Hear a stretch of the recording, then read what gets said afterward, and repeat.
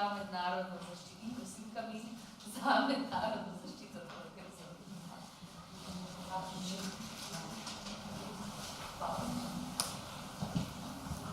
Ko sem v azilnem domu Vič omenila besedo gledališče večkrat, je bil večinoma odziv smeh in potem malo nerodnosti in potem odziv, to je za otroke. Theater, that's for kids. There are family departments there. Za otroke. In večinoma je bila slika, ki so jo prosilci imeli in prosilke, slika pasivnega gledalca, ki gleda ta teater. In ko smo polih povabili na delavnice in na prizoritve, je bilo to nekaj čisto novega za njih. Jaz se sprašujem, kaj lahko gledališka aktivnost naredi človeku, kakšno spremembo lahko povzroči v človeku, v osebi. In še posebej v osebi, ki je v zelo specifični situaciji. Recimo v osebi, ki se počuti, da se ne more svobodno izražati zaradi svoje situacije. V osebi, ki se skoraj vsakodnevno srečuje z dogodki, ki ga razčlovečijo, ki jo razčlovečijo. V osebi, ki se počuti, da je njeno življenje ustavljeno, da je na pauzi.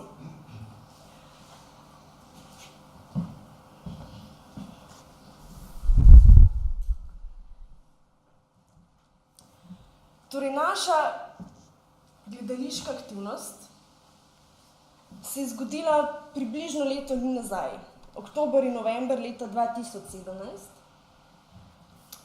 Šlo je za 4 delavnice in 3 uprizoritve forumskega gledališča. V bistvu je to šlo v sklopu projekta Activate Your Story, kjer so se vrstile od marca do novembra niz različnih delavnic. Torej, delavnice so uporabljale različne umetniško-kreativne metode, gibalno-plesna, gledališke in tudi likovne. To so bile odprte delavnice, to so bile mešane skupine. In v teh delavnicah in predvsem na teh 4 delavnicah in 3 predstavah, na to se bomo fokusirali zdaj, to je forumsko gledališče, je bilo aktivno vključenih 8 prosilk in prosilcev za mednarodno zaščito. Od tega jih je 5 nastopilo na uprizoritvah, na teh 3 uprizoritvah v Ljubljani in v Mariboru. 5 prosilk in prosilcev iz različnih matičnih držav, torej vsak je prišel iz druge države. Tema teh uprizoritev in delavnic je bila vsakodnevni izzivi, s katerimi se oni soočajo, torej prosilci in prosilke za mednarodno zaščito. Na odru nas je bilo več, niso bili samo oni, ampak oni so bili glavni igralci in igrali so sami sebe. To je bilo, samo za informacijo, v sklopu Zavoda Bob, v sodelovanju z Inštitutom za afriške študije, v sklopu katerega delujem. Zavod Bob je tudi dal zelo fajn prostor, kjer smo lahko to delali in tudi v sodelovanju z gledališčnimi strokovnjaki, v našem primeru bila to Metka. Sama sem bila vključena v program, ki ga je Inštitut za afriške študije izvajal. Sicer to je program pomoči pri oskrbi in nastanitvi prosilk in prosilcev za mednarodno zaščito v azilnem domu Vič. To pomeni, to je vsakodnevni program. Jaz sem bila skoraj vsak dan 2 leti v stiku z njimi. Ne samo pri pomoči, ampak sem tudi izvajala delavnice. To pomeni, da sem jaz lahko tudi opazovala, kakšen vpliv so imele te delavnice forumskega gledališča na njih. Torej, to je neformalno opazovanje, recimo. Sama sem bila vključena od začetka do konca v ta proces. Torej, imela sem že neko predznanje, neko informacije o prosilcih, ampak sem bila tudi zraven na delavnicah in tudi na uprizoritvah.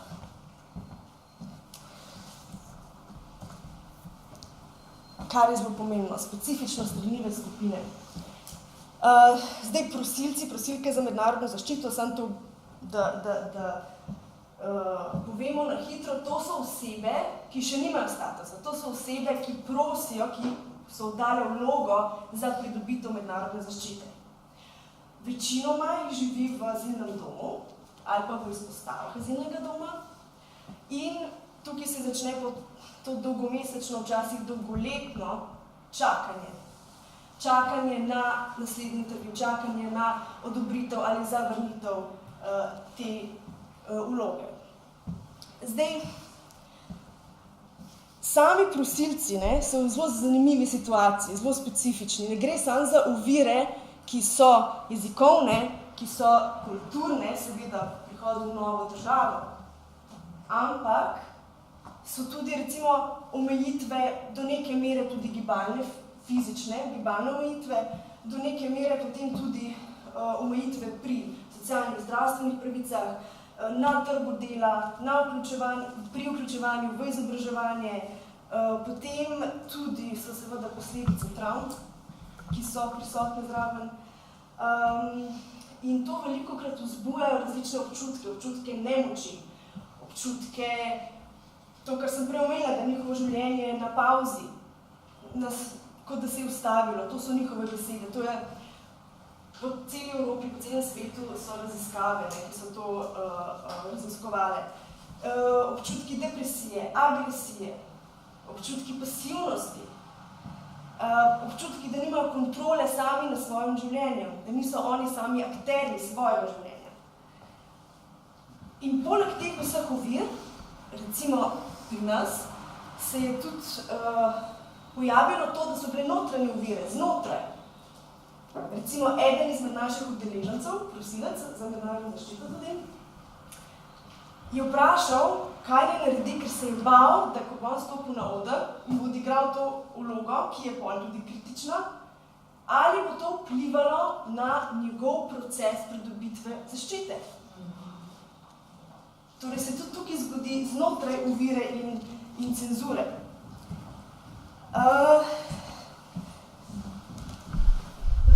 Gremo čisto na začetek.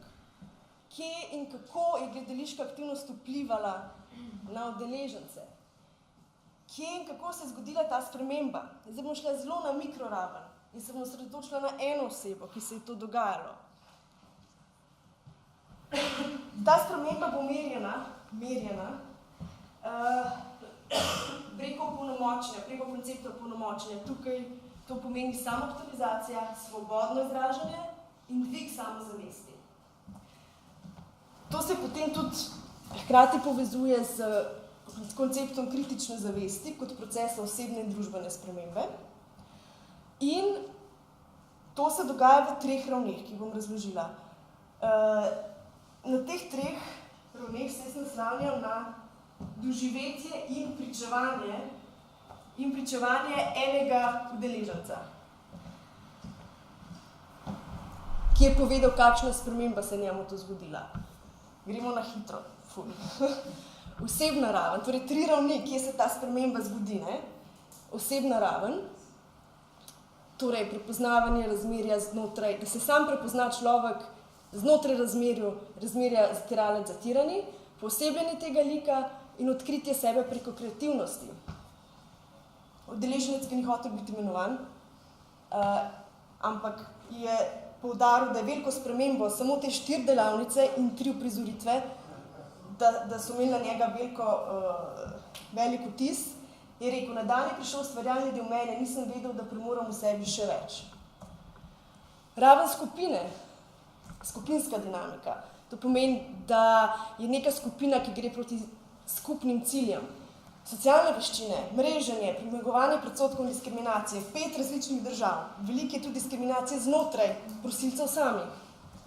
In tudi sama sem videla, da se je skupina, spet neformalno opazovanje, da se je skupina povezovala tudi izven tega, tudi v prostem času. Tako sem spoznala, da lahko delujemo v skupini z drugimi, da lahko navdihnemo ostale in so tudi drugi zame navdih. Naj do prizoritve sem občutil energijo vseh drugih ljudi, kako se pretaka skozi mene. In raven javnega prostora, to je bila uprizoritev. To je bilo to, da so lahko te ljudje stopili v javnem prostoru in imeli varen prostor, varen, neutralen in sprejemajoč prostor, da so to izrazili. Preko verbalizacije, to je pač izražanja, in tudi intervencijo osveščanja glede igralcev. To bom zelo na hitro šla. Tukaj je povedal naš udeleženec, da ko pogleda fotografije, ne more verjeti, da sem to res jaz. Globoko sem imel občutek, da če dobim priložnost, sem lahko velika zvezda, torej prepoznavanje sprejetje. To se mi zdi še zelo zanimivo. Eno leto potem je zdaj, eno leto. In je dal, naš udeleženec je dal še en komentar. Samo zavestjo, ki sem jo pridobil, sedaj uporabljam glasbeno-umetnostko način bega pred depresijo, ter zato, da se vzdržim ilegalnih aktivnosti, ki bi mi lahko še bolj zapletle življenje. Ki bi mi lahko še bolj... No, to pomeni, da je to dolgoročen vpliv. On se v tem trenutku sooča bolj kreativno, bolj konstruktivno preko umetniškega izražanja z nerazrešeno situacijo, ki se dogaja v tem trenutku. Pomembno za nas tukaj je tudi to, da vemo, kaj je bila dobra praksa. Sodelovanje strokovnih delavcev, sodelovanje strokovnjakov na področju gledališča z ljudmi, strokovnimi delavci in ljudmi, ki delamo z prosilci, z begunci, kjer je zelo specifična populacija. Vzpostavljanje varnega, neutralnega, sprejemajočega prostora, medkulturne kompetence, senzibilnost, razumevanje specifičnosti in to, da je bila mešana skupina, da niso bili samo oni, tako to mreženje se zgodi. Pomembna je tudi zelo fleksibilnost. Mi včasih na vsaki delavnici ali pa skupini so bili drugi ljudje. To je konstanten moving. Včasih imaš nekoga, včasih nimaš, ta je že šel v Nemčijo, ta je prišel nazaj, ta se ne počuti v redu, tukaj smo mogli biti vsi potrpežljivi. Včasih sem bila v azilnem domu, veliko motivacije je bilo treba tudi noter vložiti, ok guys, let's go. In potem smo dejansko dobili to ekipo petih, ki se je že veselila vsakič, ki se je že pripravljala, že eno uro prej je naš glavni igralec že vadil in naredil pesem in tako naprej, tako da sem jaz s svojimi očmi videla to spremembo. Ampak ja, včasih je bilo tako, da smo imeli že vse pripravljeno, tudi z Jušem smo sodelovali, recimo Juše klica, ok, kdaj pridete, in jaz sem tam po azilnem domu, tok, tega ni, tok, tale v intervju, tok, aha, ta se ne počuti v redu, in smo mogli razumeti. In smo s tem delali. To je stvar, ki se velikokrat pozabi. Zdaj pa sem še za zaključek, ja, se že končujem. Moja refleksija je to, da se mi zdi, da se ni zgodilo samo to, da je v tem našem primeru, da je ta sprememba se zgodila iz neslišanega v slišano, iz nevidnega v vidno, iz pasivnega gledalca svoje lastne življenjske situacije v aktivnega igralca, pripovedovalca, naratorja, spet svoje lastne življenjske situacije. Ne samo to, da se je sprememba zgodila v smeri bolj konstruktivnega pristopa te osebe kot človeka, ki je bolj aktiven, ampak tudi samo kot človeka, ker je dal ta prostor izraz človečenja kot prva stopnja, da sploh lahko postane človek. Hvala.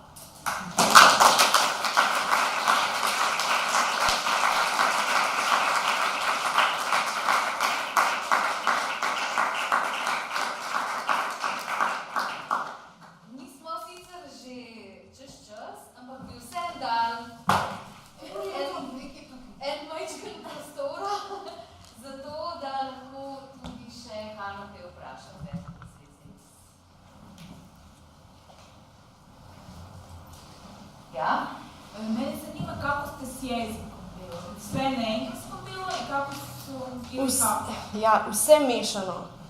Delali smo z angleščino, delali smo, temu jaz pravim manjki angleščino, tako zelo počasno angleščino.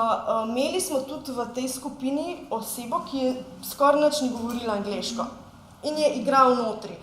razložiš še enkrat, mogoče imaš nekoga, ki zna oba jezika in obrazložiš.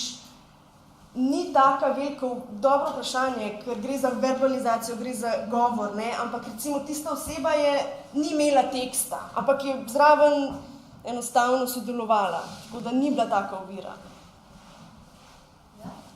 Če sem prav razumela, je večino prosilcev, s katerimi ste delali, v bistvu ne vem, kaj je tako tis moških.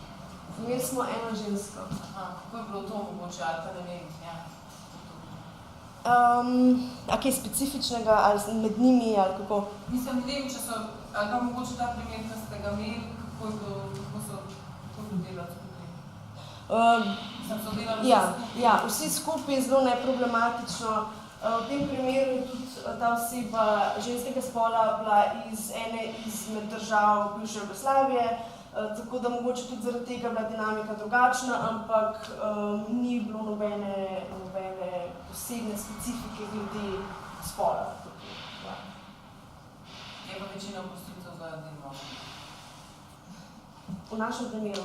Na splošno.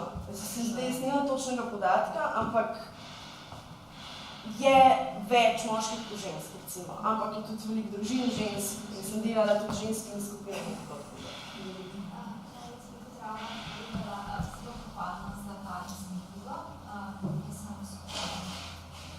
Več let ne delam z rezanti, tudi v tujini, ampak to je tako da zelo zanimiva izkušnja.